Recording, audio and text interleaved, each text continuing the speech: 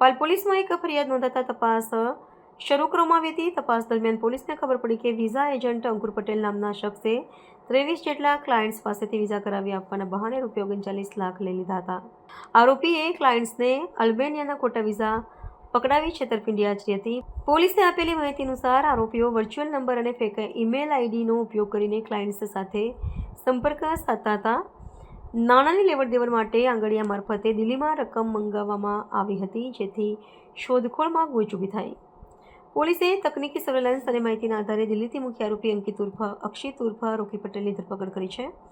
આરોપીને સુરતની કોર્ટમાં રજૂ કરવામાં આવ્યું હતું, જ્યાંથી પોલીસે તેના 2 દિવસના રિમાન્ડ મેળવ્યા છે. પોલીસ હવે આ ગેંગના અન્ય સાથીદારોની શોધખોળ હાથ ધરી છે.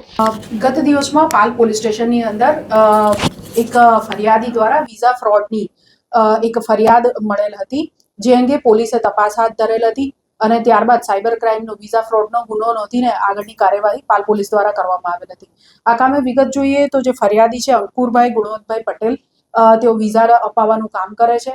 તેઓની સાથે થોડા ગત વર્ષમાં એક વ્યક્તિએ વર્ચ્યુઅલ નંબરથી વાત કરીને પોતે વિઝા લોકોને અપાવવાનું કામ કરતો હોવાનું જણાવીને એમની પાસેથી અલગ અલગ સમયે આંગળીયા દિલ્હી ખાતે કરાવીને 39 લાખ રૂપિયા જેટલી મોટી રકમ 23 ક્લાયન્ટ માટે પડાવી લીધેલ હતી. ત્યારબાદ જ્યારે ક્લાયન્ટ્સને અલ્બેનિયાના વિઝા વગેરે જે પ્રોવાઈડ કર્યા હતા એ ફેક હોવાનું ધ્યાનમાં આવ્યું અને ત્યારબાદ આ મોબાઈલ નંબર અલગ અલગ જેનાથી વાત થતી હતી અને જે ઈમેલ આઈડી સાથે ઇન્ટરેક્શન થતું હતું એ બધું બંધ થઈ ગયેલું હતું.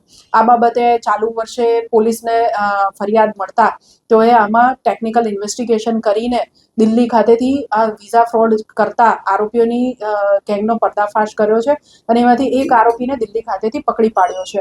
આ કામે પાલ પોલીસ દ્વારા અંકિત ઉર્ફે અક્ષિત ઉર્ફે રાજ ઉર્ફે રોકી અશોકભાઈ પટેલની ધરપકડ કરવામાં આવેલ છે, જેણે રોકી પટેલ બનીને રાજ પટેલ બનીને ફરિયાદી સાથે વાતચીત કરીને આંગળીયા દ્વારા નાણાં લઈને છેતરપિંડી કરી હતી અને બદલ ખોટા ફ્રોડ વિઝા પૂરા પાડ્યા હતા.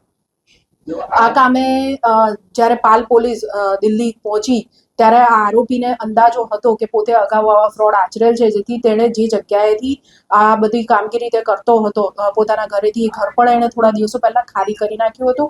પરંતુ પાલ પોલીસે સમય સંજોગ જોઈ અને ત્યાં ગાડી જે આજુબાજુ જે રિસોર્સિસ મળ્યા એના આધારે ખૂબ મહેનત કરીને પણ એના જે નવા સરનામે વગેરે પહોંચીને ટ્રિક્સ વાપરીને પણ એને પકડી પાડેલ છે. હાલ આરોપી રિમાન્ડ હેઠળ છે અને 2 દિવસના રિમાન્ડ મેળવવામાં આવેલ છે. આરોપીએ અન્ય કેટલા લોકો સાથે આ રીતનું ફ્રોડ કર્યું છે અને એની સાથીદારો કોણ કોણ છે, અત્યારે ક્યાં છે વગેરે તમામ મુદ્દાઓ અંગે અત્યારે પાલ પોલીસ સ્ટેશનમાં તપાસ ચાલુ છે. કેટલા સમયથી આ કામ લગભગ અમારો અંદાજોથી 1 વર્ષ ઉપરથી કામ કરતો હતો, કેમ કે આ જે ફ્રોડ છે એ ગત વર્ષમાં બન્યું હતું. આ આરોપીનો રોલ શું હતો?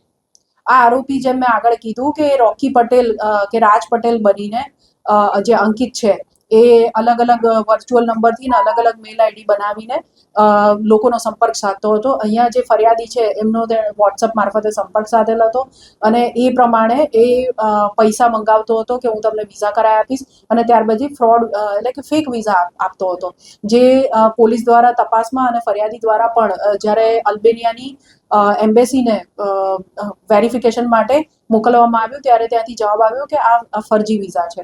જ્યારે કોઈ પણ ક્લાયન્ટ છે જેણે પૈસા આપી દીધા હોય એની મુસાફરીની ડેટ નક્કી આવે ત્યારે લાસ્ટ ટાઈમ એ ટિકિટ કેન્સલ થઈ ગઈ છે, ટેકનિકલ એરર આવી છે એવું કરીને બહાના બનાવીને લોકોને છેતરતો હતો.